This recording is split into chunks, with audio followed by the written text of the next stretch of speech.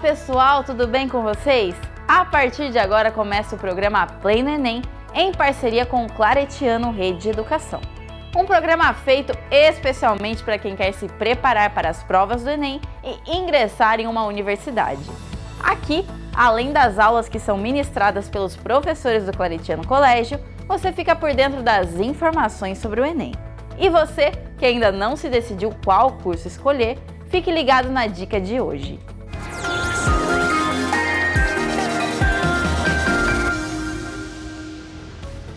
Olá, eu sou a Rayane e tô aqui para dar uma dica para vocês. E hoje eu tô aqui no Laboratório de Estética e vamos conversar um pouquinho com a coordenadora do curso, a Letícia. Letícia, você poderia falar um pouquinho sobre o curso? Claro, a Estética do Claretiano é um curso bacharelado. A duração do curso é de 3 anos. Ao longo desses 3 anos, o aluno ele pode se aprofundar em temas da saúde e da estética. Temos as disciplinas básicas da saúde e as disciplinas básicas da estética, contando com as disciplinas dos injetáveis relacionado à estética. No último ano do curso, os alunos contam com um estágio supervisionado também, onde eles colocam em prática tudo o que eles aprenderam ao longo dos 3 anos, podendo atender até a comunidade. E sobre o mercado de trabalho? O mercado de trabalho da estética cresce a cada dia, pois é um setor que lida com saúde, bem-estar e autoconfiança. E hoje em dia, quem não quer se sentir mais seguro e mais bonito, não é mesmo? Com certeza. Quer saber mais? Ficou interessado? Acesse o site do Claretiano.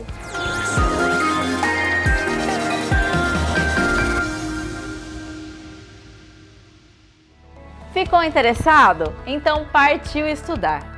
E a aula de hoje é Figuras de Linguagem com a professora Marília Navarque.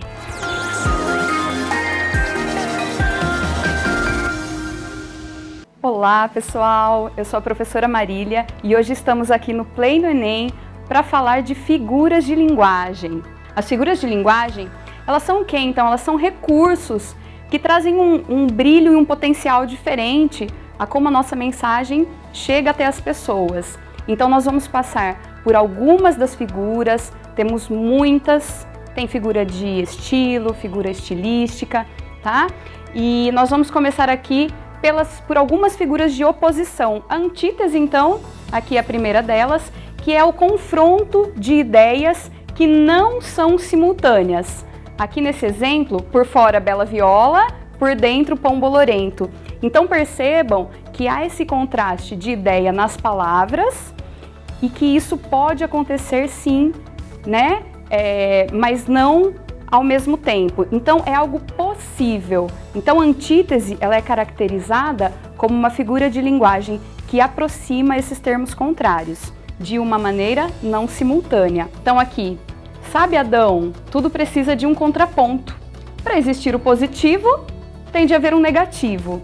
Então, esse positivo e negativo, percebam que esses dois elementos eles podem sim coexistir. Tudo bem? Para existir o item 1, tem que existir o menos 1. Sem o mal, como saberíamos o que é o bem? O que seria da paz sem a guerra e o que seria do John sem a Yoko, né? E até a brincadeira ali com o John e com a Yoko, como se eles se complementassem de maneiras meio que contraditórias, tá bom? E a nossa segunda figura é o paradoxo. O paradoxo, ele de alguma maneira se aproxima da antítese e isso pode acabar gerando alguma confusão ali na hora de fazer essa análise, mas a diferença principal é que além dessa ideia contraditória, no paradoxo, elas acontecem simultaneamente. Então, é como se aqueles dois elementos, eles fossem e eles coexistissem de uma maneira impossível. Como a gente pode ver aqui, ó, o cotidiano escolar era um misto de céu e inferno.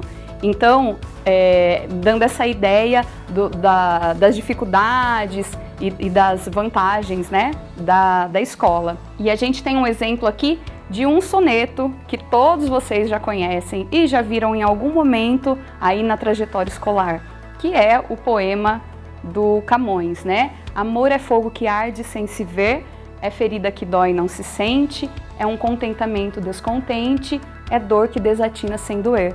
Percebam que quando nós falamos em paradoxo, esse poema ele se encaixa muito perfeitamente, quase na totalidade dos seus versos. Não há como uma dor que não dói, né? Não há como um contentamento ser descontente, e muito menos um fogo que arde sem se ver. Então, essa ideia do paradoxo, ela traz esse conceito de impossibilidade. Essa, então, a diferença aqui entre a antítese e o paradoxo, tá bom? Agora a gente vai dar uma olhadinha em algumas figuras que exploram o apagamento, e a primeira delas é a elipse. Então, a elipse, ela apaga termos que nós reconhecemos pelo contexto. Esse termo não apareceu ainda, mas a gente consegue subentender que ele está ali sem um grande esforço, pelo nosso conhecimento de mundo e pela bagagem que a gente, de uma certa maneira, traz, né? Muito riso, pouco siso, né? O siso dando essa ideia de um juízo mesmo. Então, a palavra juízo, ela não precisa estar aqui para que a gente consiga compreender o significado dessa mensagem. Então, a elipse, ela faz isso, né? Ela apaga esse termo que a gente entende contextualmente aqui. Assíndeto. Então, para quem não se lembra do que é um síndeto, o síndeto é aquele conectivo que nós aprendemos lá nas orações subordinadas, nas orações dos períodos compostos. Então, uma oração assindética é aquela oração que não tinha o conectivo e, não tinha o conectivo mas. E quando a gente traz esse conteúdo aqui para as figuras de linguagem, a gente percebe que serve também como um recurso estilístico esse apagamento. Então eu deixo de colocar esse síndeto. Manda quem pode, obedece quem tem juízo. Então essas duas orações, elas aparecem aqui separadas por vírgula. Aqui a ideia é uma ideia do síndeto e. Então se nós fôssemos colocar esse síndeto, seria o e, né? Manda quem pode e obedece quem tem juízo. São recursos, né, dentro das figuras de linguagem, que muitas vezes podem passar despercebidos, mas com um olhar mais atento e mais apurado, que é o que a prova do Enem exige, né? E as provas dos vestibulares também exigem, perceber essas miudezas e essas nuances que todos esses artefatos da língua provocam como sentido, tá bom? O eufemismo é uma figura de linguagem que vem aqui pra gente dentro dessa ramificação de tensividade. Então, nós podemos pensar assim, ó, mesmo que agora, de primeira, você não se lembre o que é eufemismo, ele é uma figura de linguagem que nós usamos muito, né? A gente usa o eufemismo quando nós abrandamos a nossa mensagem de alguma maneira. Então, se nós temos algo mais difícil a ser falado e procuramos uma maneira mais suave, é ao eufemismo a que nós recorremos. Então, com os pulmões comprometidos, o avô desapareceu antes de o neto nascer. Então, tudo que se tem e que nós possamos pensar de uma mensagem que nós podemos considerar forte demais, muito impactante, e a gente tenta suavizar isso, estamos aqui lançando mão aqui do eufemismo. Fofoqueira não, querida, eu sou produtora de biografias orais não autorizadas. Essa charge aqui, ela ilustra perfeitamente isso, né? Então não vamos usar o nome fofoqueira, só reproduzo biografia, então, sem autorização, que na verdade é a mesma coisa, tá bom? Hipérbole. Hipérbole é uma figura de linguagem muito explorada pelos apaixonados, porque os apaixonados precisam colocar aquele amor, né, de uma maneira mais impactante para o seu enunciatário, e é por isso que a gente consegue perceber hipérbole em muitos gêneros específicos, como por exemplo letra de música, poemas, né, textos mais líricos, embora a hipérbole também apareça, né, de várias maneiras. Morro de dó desses animais abandonados. Então percebam que o verbo morrer, embora isso seja algo natural, estou morrendo de fome, eu morro de dó, eu já pedi 1000 desculpas, embora isso pareça muito natural, também a gente tem uma figura de linguagem aqui que explora essa tensividade, né? Que torna maior, que amplifica. tá bom? Só uma dica aqui para que não haja confusão, né? Por exemplo, no exemplo das 1000 desculpas, não é sempre que a palavra 1000 aparecer que nós estaremos diante de uma hipérbole. Então, se eu disser, eu tirei 1000 cópias desse documento, é perfeitamente possível que eu tire 1000 cópias de um documento. Então, não se trata de hipérbole, não é uma figura de linguagem e é por isso que a gente precisa fazer essa análise e ter esse olhar cuidadoso, né? Com os textos que as provas dos vestibulares trazem e como é que essas questões serão abordadas. A tarefa era um parágrafo, não um romance, né? Uma tarefa enorme. Quando a gente olha aqui para esse texto e percebe o bloco de notas do garoto e a folha da menina, a gente consegue ter essa nitidez, né? De como ela exagerou, não que ele tenha escrito um romance. Tudo bem? Aliteração. A aliteração é a figura de linguagem que explora a repetição de fonemas consonantais. Então, todas as vezes, e na poesia concreta isso aparece muito, todas as vezes que eu tenho a repetição de uma vogal, de uma consoante, eu tenho aqui então uma aliteração. Vida, vento, vela, leva-me daqui, que é da música Mucuripe, do Fagner, né? Então esse V traz também e ajuda na construção do sentido e aqui, portanto, a figura de linguagem que nós temos é a literação. E a assonância é a repetição das vogais, né? Ela é o espelho ali da aliteração. Hipopótamos batem pausadamente as patas compassadas. Percebam então, esse batem pausadamente as patas compassadas. Como se esse som nos desse então, aqui do Olavo Bilac, né? Esse verso, é como se esse som de P, B, A, é como se fossem os próprios passos do hipopótamo. Olha que bacana. Então, a assonância é um recurso muito utilizado também na poesia, tá? E a onomatopeia, que eu acho e penso que é uma das figuras que as crianças mais têm uma identificação e depois, ao longo da trajetória escolar, a gente vai fazendo um intercâmbio diferente, né, da onomatopeia como um recurso gerador de sentidos mais profundos e em mais camadas, né, até o ensino médio. E aí, quando chega no Enem, a gente tem aquele nível de prova e de texto que exige um preparo muito, né, mais profundo. A onomatopeia nada mais é que a reprodução de sons em palavras, né? Crash, quando eu quero passar e trazer essa ideia de som, eu escrevo, né? Toque, toque, tum, tum, papá, para de bater na porta e entra logo. Então a onomatopeia é uma figura de linguagem de fácil reconhecimento, digamos assim, tá bom? Sonoridade. Então, algumas figuras de linguagem exploram a sonoridade e, claro, nas músicas, né, elas aparecem muito e há de se lembrar aqui que o Enem, né, ele explora diversos gêneros textuais. Então, vocês vão encontrar charges, vocês vão encontrar letras de músicas, poemas, romances, notícias, artigos de ficção, enfim, uma infinidade de gêneros textuais.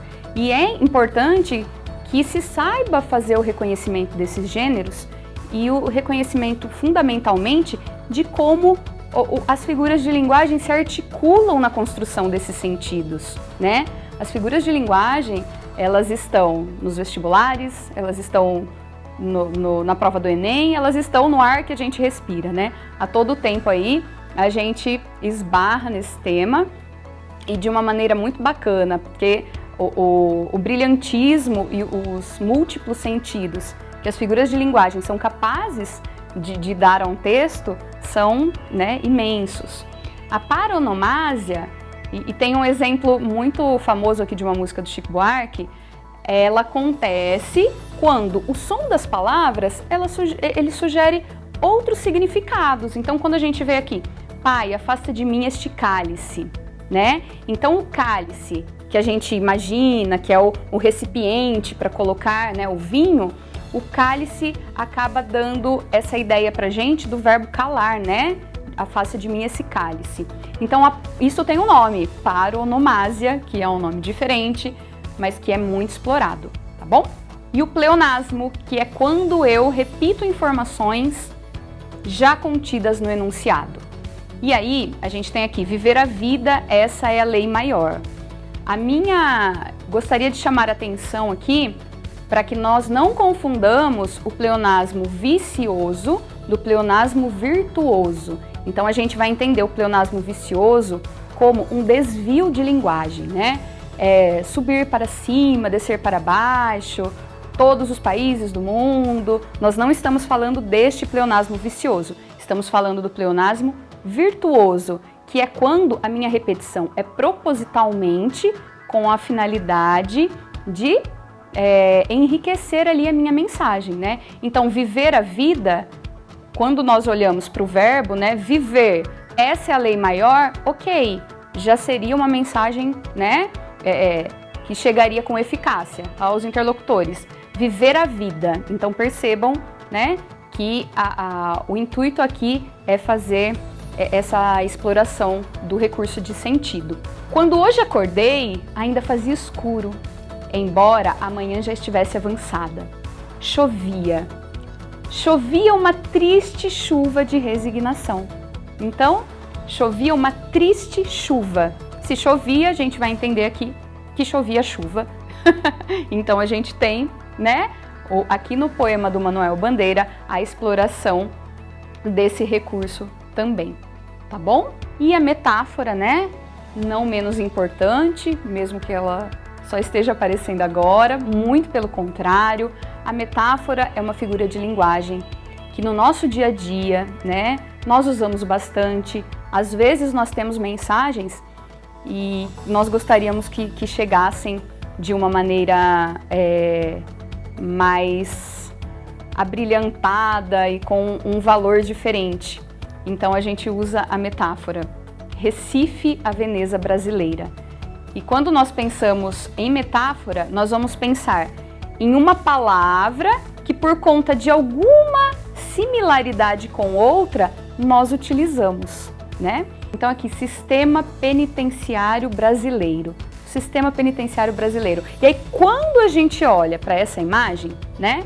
Nós vemos então uma panela de pressão aqui com muita gente, né? As gradezinhas ali. Então, qual é a sugestão desta metáfora? O que a panela de pressão tem? A pergunta é essa. O que a panela de pressão tem de similar com o que a pessoa que produziu essa charge pensa do sistema penitenciário brasileiro? Então, a metáfora, ela é a figura de linguagem talvez que mais apareça aí no nosso dia a dia e pelas provas, porque ela exige um conhecimento de mundo, ela exige que a gente faça conexões e busque tanto internamente, se a gente pensar aqui no contexto interno do texto, quanto externamente, nós precisamos buscar essas informações e fazer essa conexão para a gente conseguir descobrir os sentidos das metáforas aqui. Bom, pessoal, então hoje foi uma aula sobre figuras de linguagem aqui para o Play no Enem. Muito obrigada!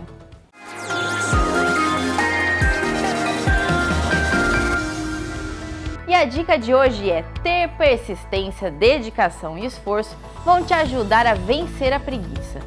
Bom, por hoje é só, pessoal, e segunda tem mais.